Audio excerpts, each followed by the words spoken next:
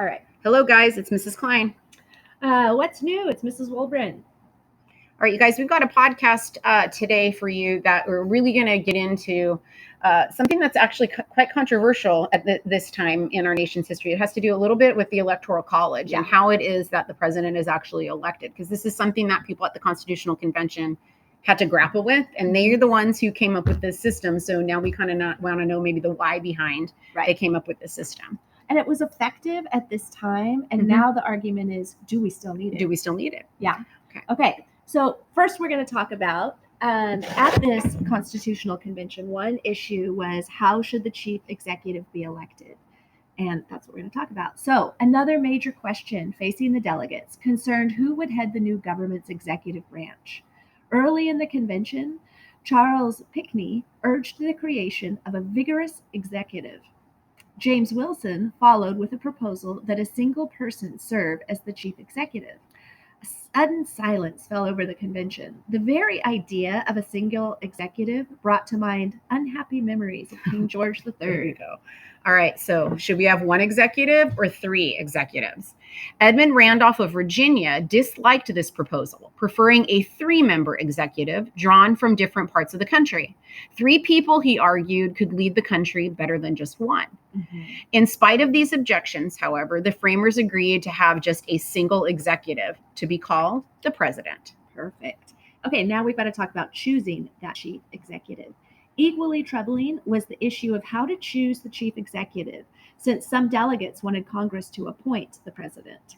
Still others suggested that the president be elected by a specially chosen group of electors from each state. Okay, all right. Now, at the time, after some 60 votes, so it takes there's a lot of voting going on the issue of how to elect the president, the framers reached yet another compromise. Neither Congress nor the people, they decided, should choose the president and vice president. Instead, a special body called the Electoral College would elect the government's leaders. An electoral college, you guys, is a group that was established, again, in the Constitution, and their main job is to elect the president and vice president. Voters in each state, however, get to choose the electors that are a part of the Electoral College. Okay, so let's talk about this system. The Electoral College is made up of electors who cast votes to elect the president and vice president every 4 years. Each state has as many electors in the Electoral College as the number of senators and representatives it sends to Congress. The votes cast by electors are called electoral votes. And since right now, you guys, California is the most populous state, we have the most electors in the Electoral College. Yes. Okay, all right. Now, the Electoral College system seems very odd to most Americans today.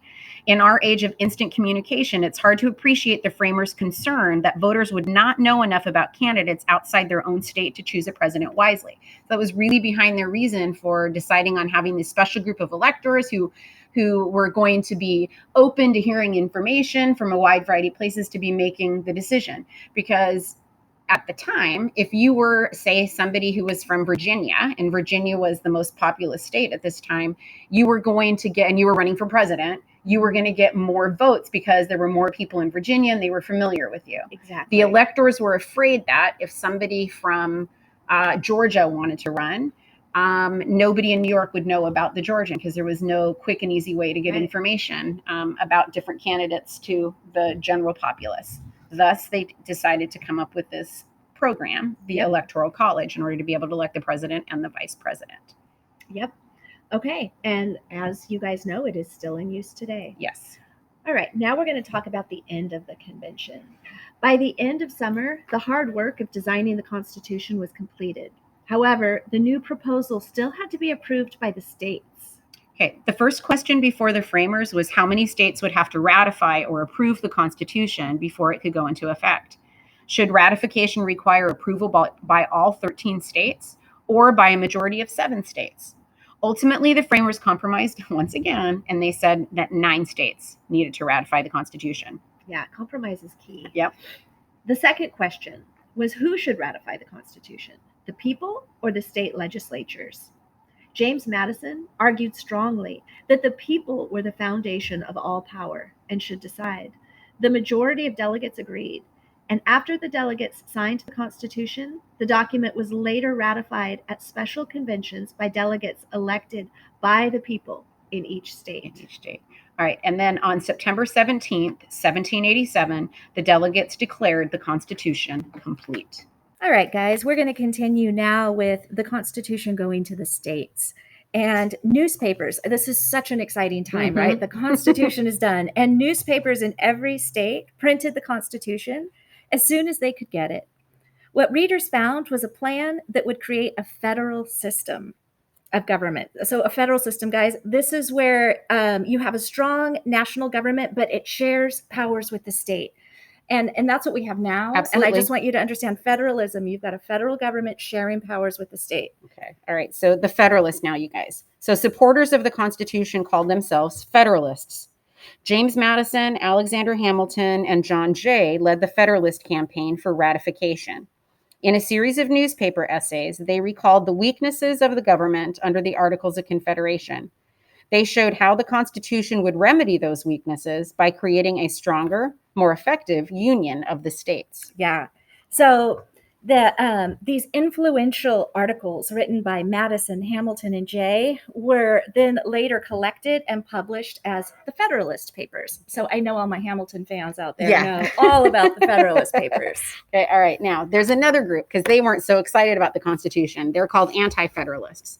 So Anti-Federalists, opponents of the Constitution, they found much to dislike about the new plan. Congress, they feared, would burden the country with taxes. They also claimed that the president had power enough to rule like a king, and the judicial branch would overpower the state courts. Yeah. The Anti-Federalists also complained about what was missing from the plan, primarily that the plan listed the powers of the government, but not the rights of the people. Okay. All right, you guys. So now in this podcast, you learned about the Electoral College and the chief executive. So this was another compromise that was created for a single chief executive to be chosen by a group that's called the Electoral College. Yeah. You guys also learned about the Constitution, right? And the delegates that signed the Constitution in September of 1787. They agreed that 9 of the 13 states had to ratify the Constitution before it would go into effect. And I think that's it. I think that's it, okay, you guys. later. All right, you guys, I got to go. Later.